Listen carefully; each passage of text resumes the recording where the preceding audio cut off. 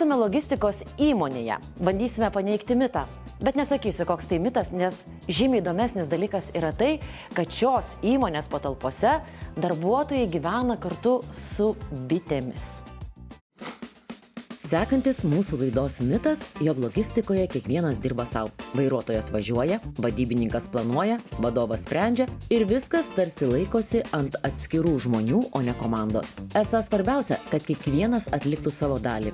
O komandinis darbas čia nėra toks reikšmingas. Tačiau logistika kaip sistema atsirado būtent iš poreikio viską sujungti į vieną grandinę. Dar senovėje, ypač kariuomenėje, reikėjo užtikrinti, kad maistas, ginklai ir įranga laiku pasiektų karius. Vėliau, augant prekybai ir pramoniai, šie principai persikėlė į verslą. Taip logistika tapo ne atskirų veiksmų rinkiniai, o koordinuotų procesų, kuriame kiekviena grandis priklauso nuo kitos. Pristatome pirmąjį šio mito herojų.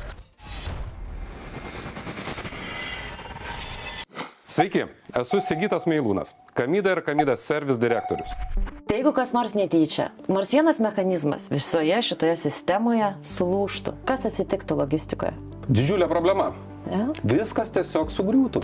Rimtai, dėl vienos raiktelio? Logistikoje kaip yra? Tai iš tikrųjų labai dinamiškas ir greitas verslas. Ne? Ir atrodytų, kad ir vienas kažkoks tai nereikšmingas procese dalyvaujantis žmogus, kuris net nesiliečia tiesiogiai su kliento aptarnavimu, kažkokio tai darbo netlieka laiku, tai iš principo įtampa pradeda jausti visą komandą. Galimai ne tik komanda, bet ir gali tai pajausti net ir pats užsakovas.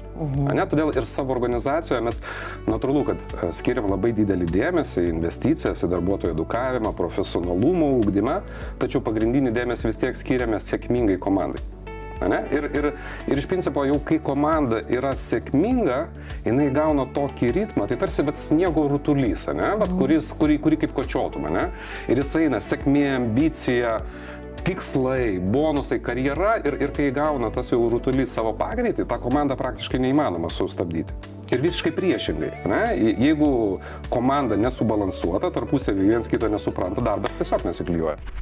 Kamida – tai lietuviška logistikos ir transporto įmonių grupė, dirbanti tarptautiniu mastu. Pagrindinė jų veikla – organizuoti krovinių pervežimą visoje Europoje, planuoti maršrutus ir užtikrinti, kad kroviniai laiku pasiektų klientus. Pristatome dar vieną šio mito herojų.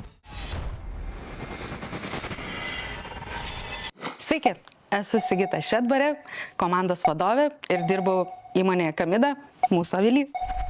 Tas komandinis darbas čia kaip bičių avilyje. Ar ne?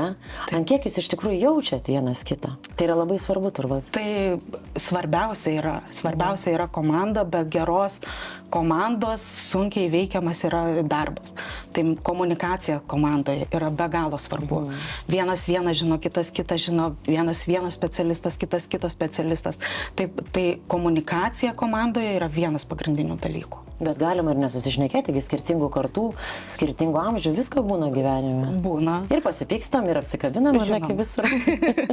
Žinoma, tai gal mano tokia užduotis rasti tą bendravimo būdą visom kartom.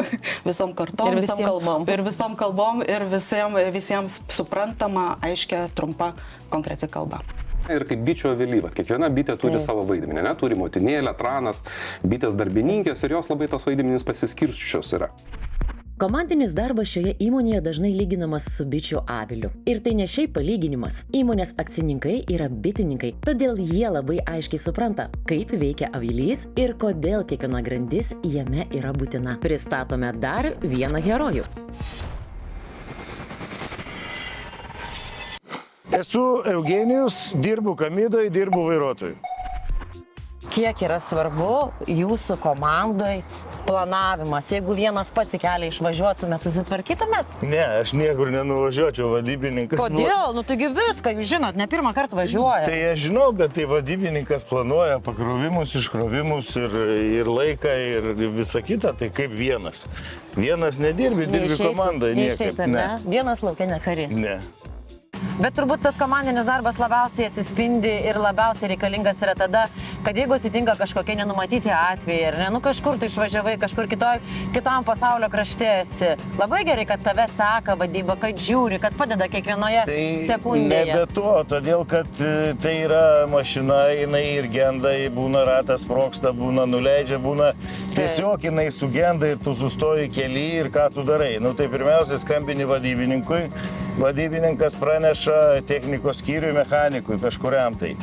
Savaitgaliais yra būdintis mechanikai, tai nesmė, kada tu sugedai dieną naktį, tu vis tiek turi pagalbą, tu skambini, tau arba iškviečia servizą į vietą, jeigu servizas negali pagelbėti, iškviečia tą vadinamą vikingą, tave nutempia iki servizo ir ten suremontuoja. Jeigu temperatūra, kas tada? Ir vėlgi atvažiuoja, iškviečia medikus, visi vairuotojai yra drausti, taip kad nėra jokių problemų, jokių sunkumų, nesvarbu, kad tu gali ir neturėti pinigų, tau vis tiek bus suteikta ir pirma pagalba, ir gydymas. Tu vienas išvažiuotum ir kažkas tau atsitinka, ir ką tu darai. Ir šakės. Ir nieko tu negali padaryti. Ir šakės. Be komandos, ne, tu nulis.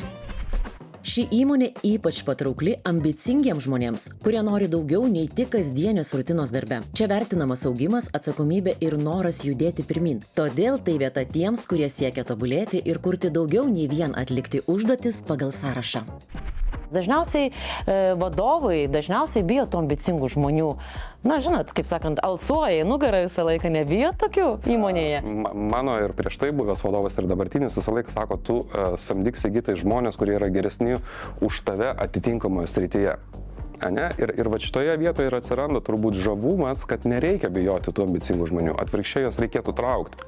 Ir mūsų kaip organizacijos vadovų atsakomybė vėlgi atrasti tuos talentus ir padėti jiems atsiskleisti. Tada ir pati organizacija bus gera. Apskritai mūsų svajonė turėti tarp transporto vadybininkų, mes juos vadiname dispečeriais, mažus verslininkus. Nes nuo jų iš tikrųjų labai daug kas priklauso. Jie apjungia praktiškai didžiąją dalį ciklo paslaugos. Šios įmonės patalpose dažnai galima sutikti partnerius iš visos Europos, kurie čia atvyksta ne tik darbo reikalais, bet ir pasidalinti įspūdžiais. Ne vienas jų išsiveža gerą žodį apie tai, kaip čia organizuotas darbas ir kokį įspūdį palieka profesionali aplinka. Kamida teikiamų paslaugų lygis skiriasi nuo to, ką paprastai siūlo dauguma subrangovų. Dažniausiai subrangovas dirba labai paprastai.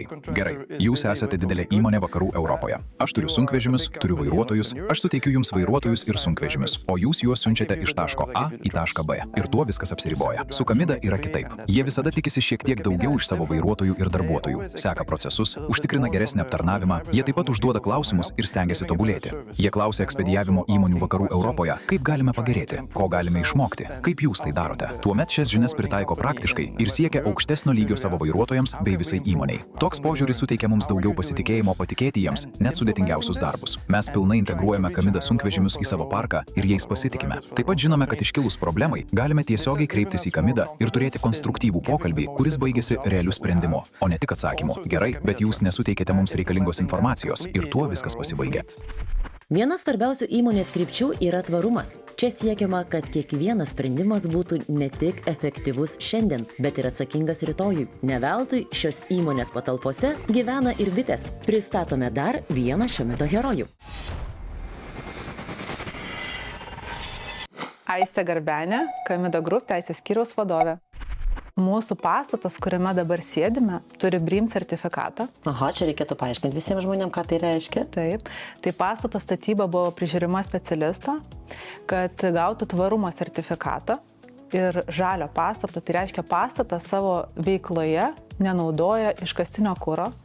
Jisai vėdinimo sistema, šildymo sistema, elektra, viską aprūpina saulės energija.